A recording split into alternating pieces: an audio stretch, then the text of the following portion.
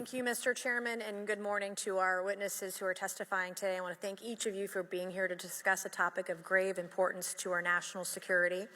Earlier this year, a Chinese spy balloon was shot down off the coast of my home state of South Carolina. Since the Roswell incident in 1947, many Americans have wondered about the dangers of unknown objects crisscrossing our skies.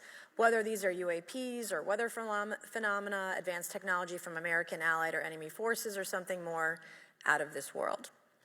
So my first question, I have several questions, and if we can just be quick on these first two, I'm going to ask each of you the same question, and then I'll get to each of you individually.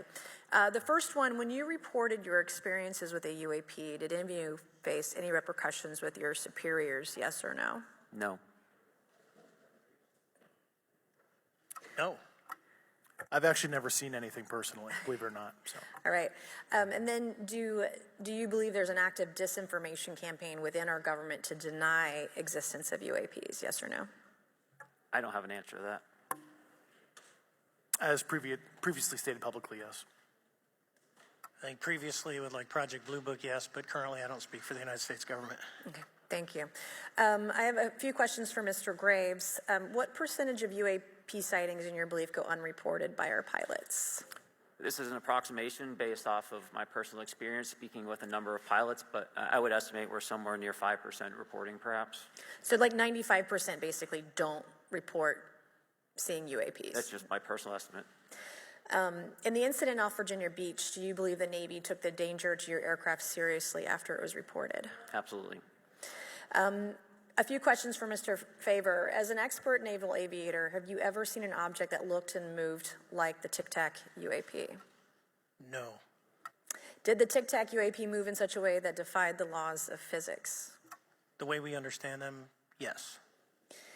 Many dismiss UAP reports as classified weapons testing by our own government, but in your experience as a pilot, does our government typically test advanced weapon systems right next to multi-million-dollar jets without informing our pilots? No, we have test ranges for that.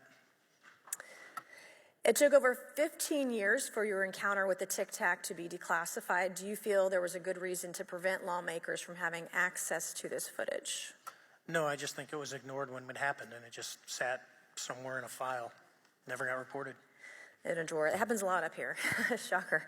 Mr. Grusch, a couple of questions for you too, sir, this morning. What percentage of UAPs do you feel are adequately investigated by the U.S. government, of the 5% that are reported?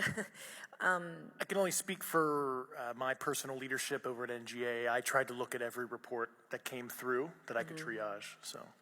Do you believe that officials at the highest levels of our national security apparatus have unlawfully withheld information from Congress and subverted our oversight authority? There are certain elected leaders that had more information that I'm not sure what they've shared with certain Gang of Eight members or et cetera, but certainly I would not be surprised. Okay. You've stated that the government is in possession of potentially non-human spacecraft. Based on your experience and extensive conversations with experts, do you believe our government has made contact with intelligent extraterrestrials? Something I can't discuss in public setting. Okay, and I can't ask when you think this occurred. If you believe we have crashed craft, stated earlier, do we have the bodies of the pilots who piloted this craft? As I've stated publicly already in my News Nation interview, biologics came with some of these recoveries, yeah.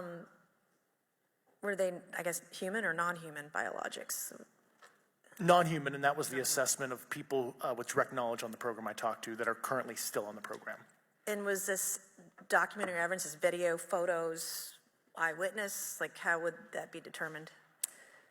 The specific documentation I would have to talk to you in a skiff about. Gotcha. Yeah. Okay, so, and you may or may not be able to answer my last question, and maybe we get into a skiff at the next hearing that we have, but who in the government, either what agency, sub-agency, what contractors, who should be called into the next hearing about UAPs, either in a public setting or even in a private setting? And you probably can't name names, but what agencies or organizations, contractors, et cetera, do we need to call in to get these questions answered, whether it's about funding, what programs are happening, and what's out there? I can give you a specific cooperative and hostile witness list of specific individuals that were in those. And how soon can we get that list? I'm happy to provide that to you after the hearing. Super, thank you, and I yield back.